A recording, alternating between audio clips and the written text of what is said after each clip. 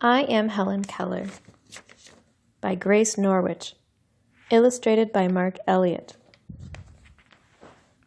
Introduction, page 4.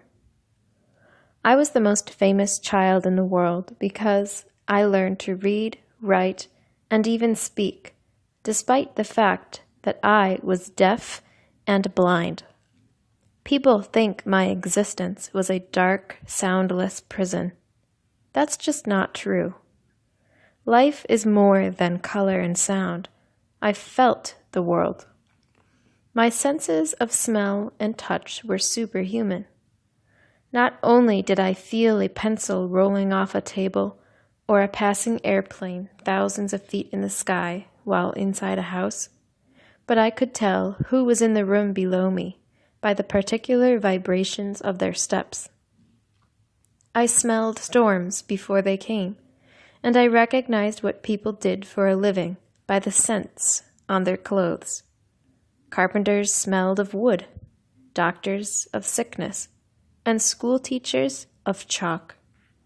You'd be surprised by how much is missed when you only look at a flower instead of touching and smelling it. I shocked a lot of folks when I smiled at them as they walked into the room. But of course, it's no miracle that I could recognize people I had met before.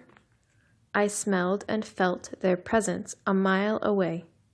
Still, many acted like those abilities were gifts God gave me for being an angel. Believe me, I was no angel. I had a terrible temper at times and was known for being very stubborn.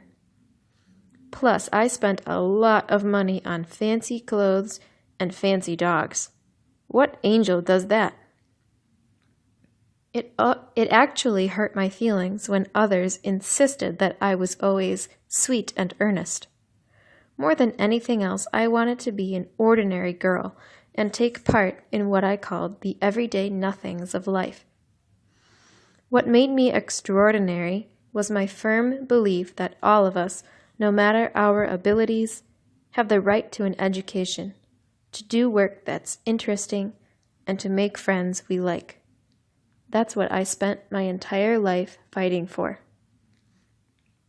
I wish I might be taken just as a normal person, I wrote, and my accomplishments treated simply as illustrations of how much more others can do if they only use their 5 senses with thought and perseverance.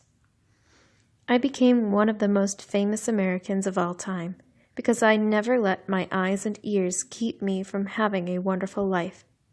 For someone who was blind, I sure could see a lot. I am Helen Keller. People you will meet. Helen Keller. When a severe illness left her completely blind and deaf, Helen learned to read and write, then spent her life fighting for the rights of disabled people all over the world. Captain Arthur Keller. Helen's father, a strict Southern gentleman who adored his daughter and would have done anything for her, but wasn't always able to because of his severe debt. Kate Keller. Fiercely protective, Helen's mother was sometimes unsure about her daughter's close relationship with Annie, but she knew that the amazing teacher made everything in Helen's life possible. Annie Sullivan. After showing Helen the meanings of words and unlocking the outside world to her, teacher, as Helen called her, never left her grateful pupil's side. Michael Anagnos. The director of the Perkins Institution for the Blind made Helen's name famous by publicizing her achievements to the rest of the world, sometimes exaggerating them in the process. John Albert Macy, a young Harvard English professor who, while helping Helen with her writing, fell in love with Annie. Polly Thompson, hired in 1914 to help Helen and Annie organize their increasingly busy schedules, the Scottish woman became one of Helen's lifelong companions. Peter Fagan, a secretary who helped during one of Helen's speaking tours, He and Helen fell in love and wanted to marry, but the Keller family shunned him and put a stop to the romance. Timeline: June 27, 1880. Helen Keller is born in Tuscumbia, Alabama. 1882. Helen loses her hearing and sight after a terrible illness. 1887. Annie Sullivan arrives at Helen's home to become her teacher. 1888. Helen becomes a guest of the Perkins Institution. 1891. Helen gives Perkins director Michael Anagnos a story called The Frost King for his birthday, after which she is accused of plagiarizing it. 1894. Helen attends the Wright-Humason School for the Deaf in New York City. August 19, 1896. Helen's father, Captain Keller, passes away. 1900. Helen enters the freshman class of Radcliffe College. 1903. Helen publishes The Story of My Life. 1904. Helen graduates from Radcliffe, becoming the first deaf-blind person to receive that type of college degree. 1905. Annie marries John Macy. 1914. John and Annie split up. Polly Thompson joins the household. 1916. Helen and Peter Fagin fall in love. 1919. Deliverance, a silent movie based on Helen's life, hits the theaters. 1920. Helen and Annie become vaudeville performers. 1921. Helen's mother, Kate Keller, passes away. October 20th, 1936. Annie passes away. October 19th, 1959. The Miracle Worker, a play based on Helen's early life, makes its Broadway debut. March 21st, 1960. Polly Thompson passes away. June 1st, 1968. Helen passes away in her sleep. Chapter 1. An Ordinary Start. Page 13. Helen Keller came into the world on June 27, 1880, like anyone else. She was the first daughter of proud parents Kate and Arthur Keller. Everyone called Helen's father Captain because he had fought in the Confederate Army during the Civil War. A quiet and serious man, Captain did lots of different things, including training as a lawyer, planting cotton, and editing a newspaper called the North Alabamian. Helen's mom, Kate Adams Keller, was related to John Adams, a founding father of the country and the second president of the United States of America. At 6 months old, Helen proved she was a smart kid. She could already say a few words, like tea and water. Her parents doted on her as she grew, and soon she was a happy, energetic toddler running around her big home in Tuscumbia, Alabama, called Ivy Green. When Helen was 19 months old, she became very, very sick. Kate and Arthur quickly called the doctor, who diagnosed her as having brain fever. Helen probably came down with scarlet fever or meningitis, two serious illnesses that are now often curable with antibiotics. The penicillin to treat her fever, however, wasn't invented until almost 60 years later, so her parents and doctor couldn't do anything except worry. Everyone thought Helen was going to die, but after a few days her fever went down, and she seemed, by some miracle, to have recovered. Page 16. Visit Helen's birthplace.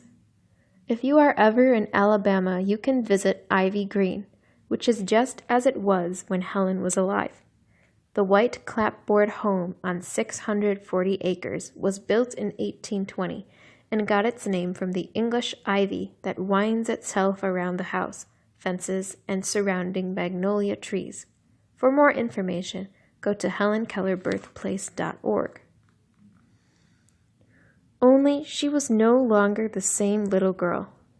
It didn't take long after Helen felt better for Kate to notice something wasn't right.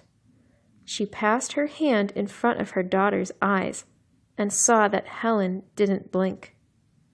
That wasn't all. When the dinner bell rang loudly enough to send people from all over the large house to the dining room, Helen didn't flinch or even look up. In a panic, Kate rattled one of Helen's favorite toys, a tin can with stones in it, but still no reaction. Captain clapped and called to his baby. Nothing. The illness had left Helen deaf and blind. Chapter 2. Same kid, new world. Helen was now blind and deaf, but she still had lots of energy and curiosity as she explored Ivy Green. Inside, she rushed around, holding on to her mother's skirts. Outside, she used the walls of the house as a guide, touching everything that grew on the lush property. She had the normal likes and dislikes of any kid, but she couldn't communicate them to anyone else. Even more frustrating, Helen could feel others moving their lips, vibrations coming out, and then people responding to those vibrations. Yet when she moved her lips, nothing happened. Upset and confused, Helen would often throw major tantrums, especially when she didn't get her way. She scratched, bit, smashed plates, and threw things until pure exhaustion got her to stop. "I have a naughty temper," she later wrote. "I am stubborn, impatient." Helen's parents didn't know how to help. They felt bad for Helen, so they let her do pretty much anything she wanted. If they didn't, instant tantrum time. That included walking around the table during meals and sticking her fingers in other people's food to fish out her favorite morsels.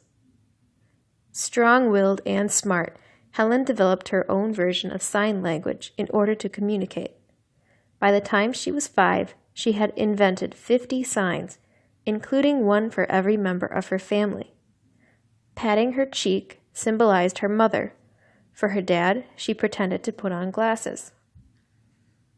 Helen had the basics down, but there was so much more than food and family to talk about.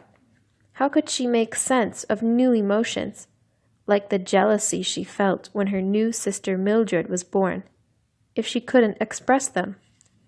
Anger seemed to be the only way available. It wasn't long after Mildred's arrival when Helen decided to do something about this annoying creature, who took up a lot of her mother's attention. She turned Mildred's cradle over to dump her on the floor. Kate caught Mildred just before she fell, but it was now clear that they had to stop Helen before she hurt herself or someone else. Should they send Helen to live in an institution, which was a common practice at that time for children born with differences? Helen's parents wanted their little girl at home, but worried about what she was capable of. Helen's Aunt Eveline thought she knew the answer. "This child has more sense than all the Kellers, if there's any way to reach her mind." The Kellers needed a teacher. Going back to page 22. Helen's own language, action.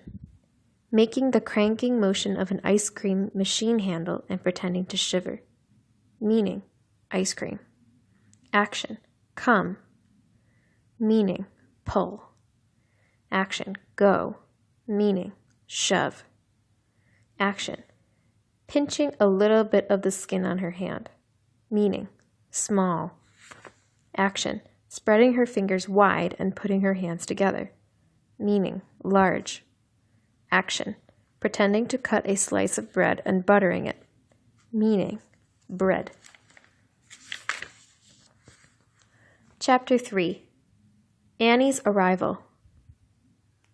When Annie Sullivan got off the 6:30 train into Scoombia, she was so tired and excited she could hardly walk the few short steps to meet the carriage waiting to take her back to Ivy Green. Everyone was nervous that on that fateful day in March 1887. Kate and Captain hoped this 20-year-old recent graduate could get through to their daughter. The Kellers had begun their quest to find Helen help about a year earlier, when they visited an eye doctor in Baltimore. Although nothing could be done to fix Helen's eyes, the doctor suggested the family visit Alexander Graham Bell in nearby Washington, D.C. That's right, the same guy who invented the telephone in 1876. Dr. Bell was deeply interested in the troubles of deaf people because his mother and wife were deaf. Page 27, the gray box. Alexander Graham Bell. Throughout his life, Dr. Bell remained friends with Helen and was committed to helping other deaf-blind people.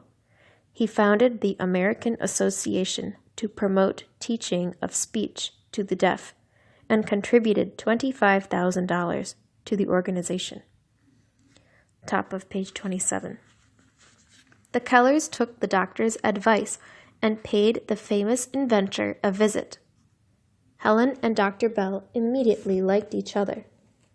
Having climbed on his lap, Helen touched Dr. Bell's big bushy beard.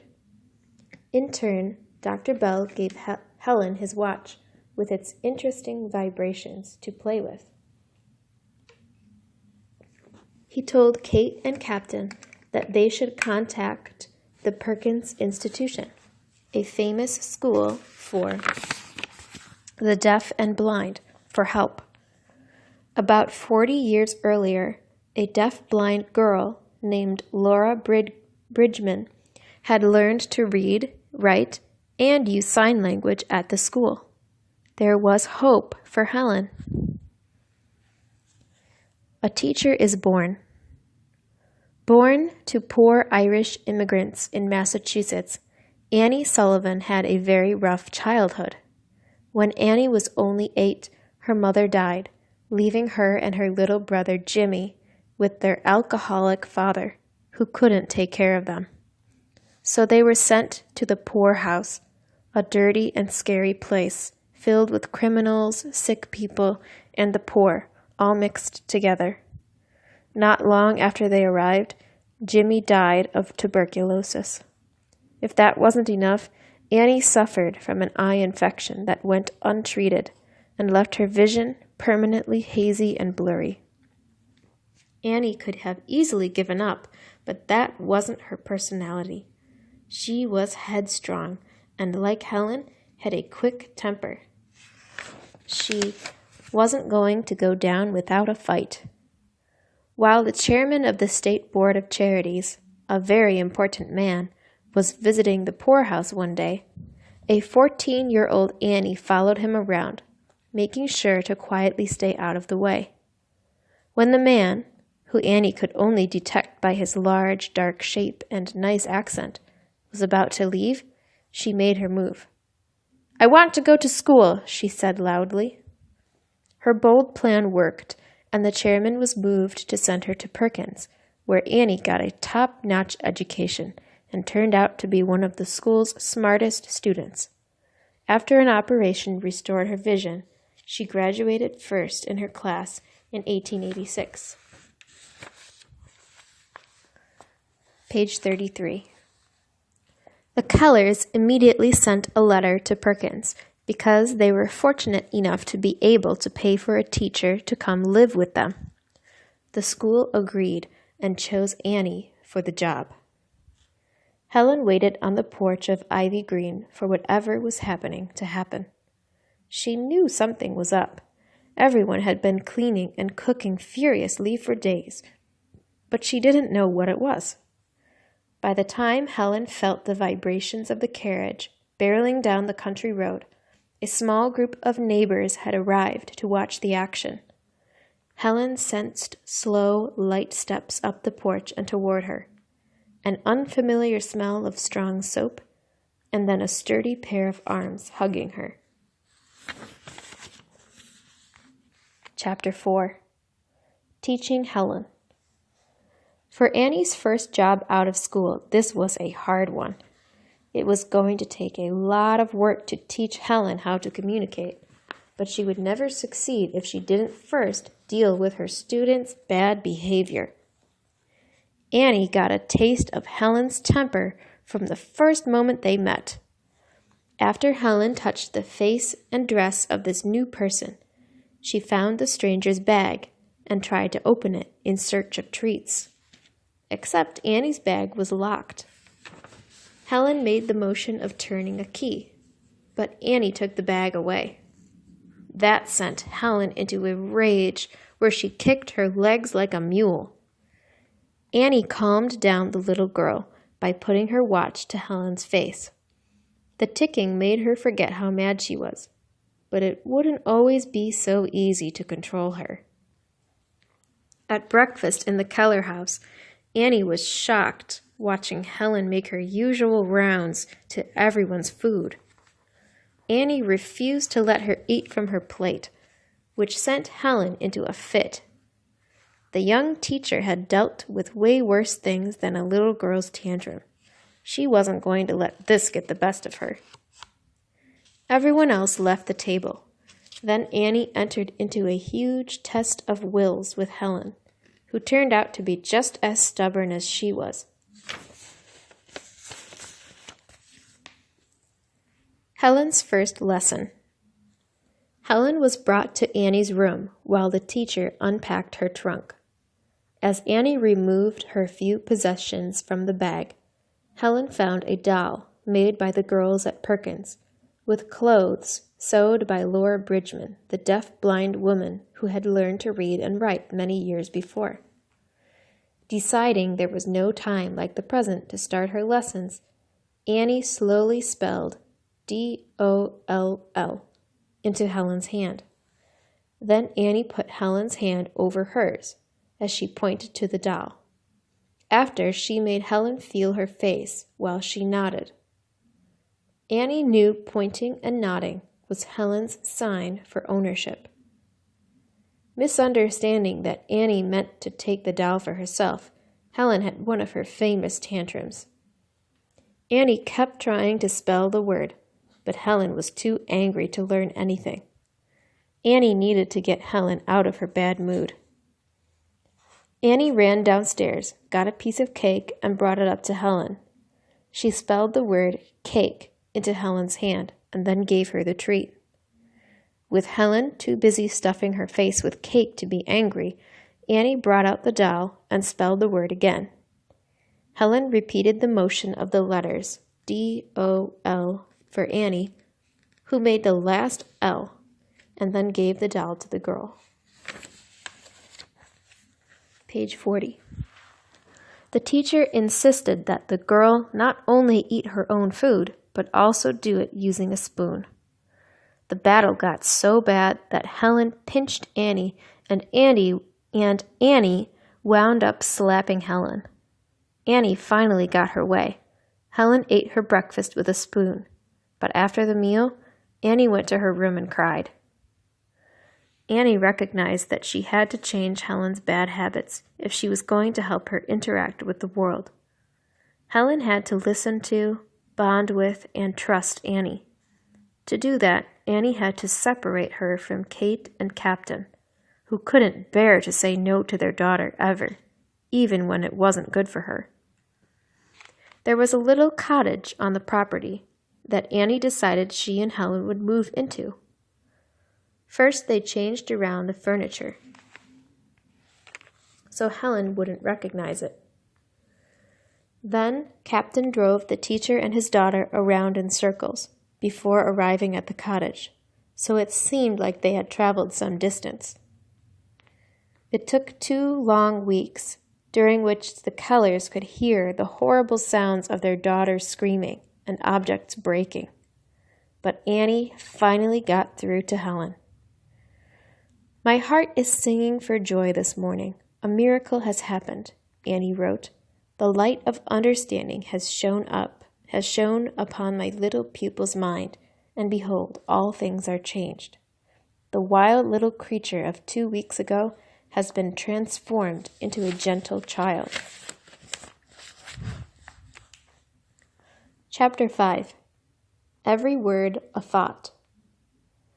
With their rough start behind them, Annie and Helen settled into a nice routine of sewing, exercising outdoors, and learning to spell new words using the manual alphabet. Helen was a quick learner, and by the end of a month, she could spell 18 nouns and 3 verbs. Although she mastered the shapes that made letters, Helen still didn't understand the fundamental connection between words and communication. She didn't know that the motions Annie made into her hand represented things in real life.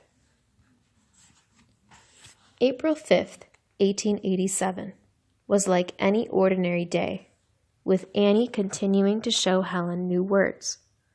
While they were washing up, Helen wanted to know what the cold stuff falling on her hands was, so Annie spelled the word. Helen gave her teacher the same blank stare she always did. She still couldn't make the connection.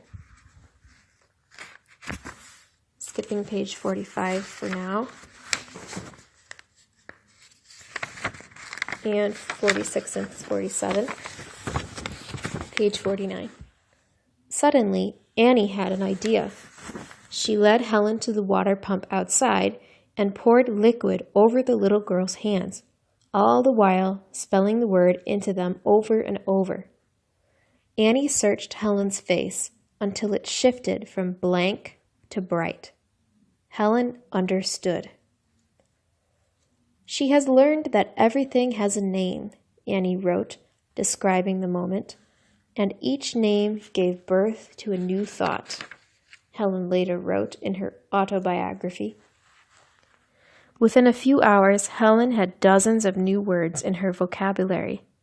She asked the names of everything around her, the pump, the ground, and finally, Annie. Teacher, Annie spelled after the young girl touched her face. Helen would never forget how Annie opened up the entire universe to her. My spirit was indeed in prison before my teacher came to me, Helen wrote, but her love and the power of knowledge set me free. Going back to page 45. A very brief history of sign language. 5th century BC. Socrates, an ancient Greek philosopher, advocated for deaf people to communicate using their hands, heads, or any other body part that made sense. 1520 to 1584. Pedro Ponce de Leon, a Spanish monk often called the first teacher for the deaf, created a system of movements to educate his deaf students. Late 1700s, Abbé de l'Épée founded the National Institution for Deaf Mutes in France, which was the first school to teach the deaf. Most deaf children until that point had private teachers. 1808, Abbé Sicard, who was director of the National Institution in France after de l'Épée, created a dictionary of hand signs so that hearing and deaf people could understand one another. Page 46. What is the manual alphabet? Each hand shape in the manual alphabet corresponds to a written letter in the English alphabet. The deaf-blind manual alphabet is slightly different than the one used for people who are only deaf.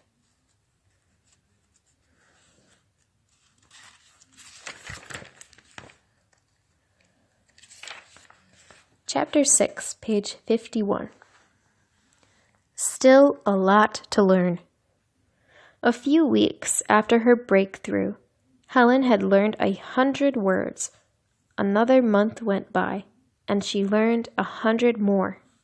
By June, she had 400 words in her vocabulary that ranged from mattress to maple sugar. It was time for Helen to move on to Braille, the system of raised dots on paper that allows the blind to read and to be introduced to what would become a lifelong passion, books. From the moment she started work, Annie, page 53, kept the director of the Perkins Institution up to date on Helen's progress. The director, Michael Anagnos, wrote about it in his report on the school, taking an amazing story and perhaps making it a little too amazing. The press took the news and made it even more incredible. When Annie read a Boston Herald item about Helen, she was shocked that it described her student as being able to talk fluently, when at most she could put 2 or 3 words together at a time. That was just the beginning. Soon, newspapers all over the country called Helen the Wonder Child. Going back to page 52. What is Braille? In 1824, a blind Frenchman named Louis Braille met a soldier who had created something he called night writing. The soldier's system of raised dots was supposed to let soldiers read important messages and instructions at night without a light. But it was way too complicated, so no one ever used it. Louis refined the system and published the first Braille book when he was just 20 years old. Today, Braille is used all over the world in almost every language. Going to page 54 to the top. Some of the exaggerations printed about Helen. Understood 7 languages. Educated herself. Recognized colors by touch. Predicted rain. Was never sad or discouraged. Going to the second paragraph on page 54. The press and the public loved to hear about Helen because her story was so hopeful and positive. She showed everyone how much a deaf-blind girl could do. By 1888, Helen had become one of the most famous children in the country and even received fan mail. That spring, Helen was invited to meet President Grover Cleveland. Helen loved the attention and used it for a good cause, to raise money for other deaf-blind kids who weren't as lucky to come from families with money like she had. But Annie, fiercely protective of Helen, wasn't so sure about all the publicity. Despite Annie's worries, reporters continued to follow Helen's every move, including her trip to the White House and later to the Perkins Institution in Boston. Going back to page 56, the gray box. Helen finds her voice. While in Boston to study at Perkins, Helen insisted on speaking lessons after hearing that a deaf-blind girl in Norway had learned to talk. Helen could already lip read, which she did by feeling the air that came out of the speaker's nose and the vibrations of the speaker's lips. To learn what sounds to make for different letters, she put her hands inside her teacher's mouth to feel what her tongue and lips were doing. Sometimes when she practiced with Annie, Helen made Annie gag. She did learn to speak, but never completely clearly. Going back to page 57. Helen enjoyed her celebrity, but soon she experienced the other harsher side of fame. In 1891, an 11-year-old Helen wrote a story about a kingdom of snow for Michael Anagnos, who had been so kind to let her come to the school in honor of his birthday. The director loved the Frost King so much that he printed it in his school report, which, of course, was reprinted in a newspaper. That would have been just fine, except it turned out Helen's story was almost identical to The Frost Fairies by Margaret T. Canby. Soon the columns about Helen were no longer positive, but instead scandalous. She was accused of plagiarism, which means stealing someone else's writing and pretending it's your own. Helen admitted to making a mistake, but swore she didn't remember reading the original story. It's possible she heard it long ago, and when she sat down to write her own story, the words came out from a deep part of her excellent memory. The director, who was embarrassed about the incident, made Helen go before a jury of Perkins officials, who eventually decided she was innocent. The bad press, however, couldn't be reversed. Just as quickly as the fan mail had started coming, it stopped. The entire incident left Helen lonely and afraid of making the same mistake.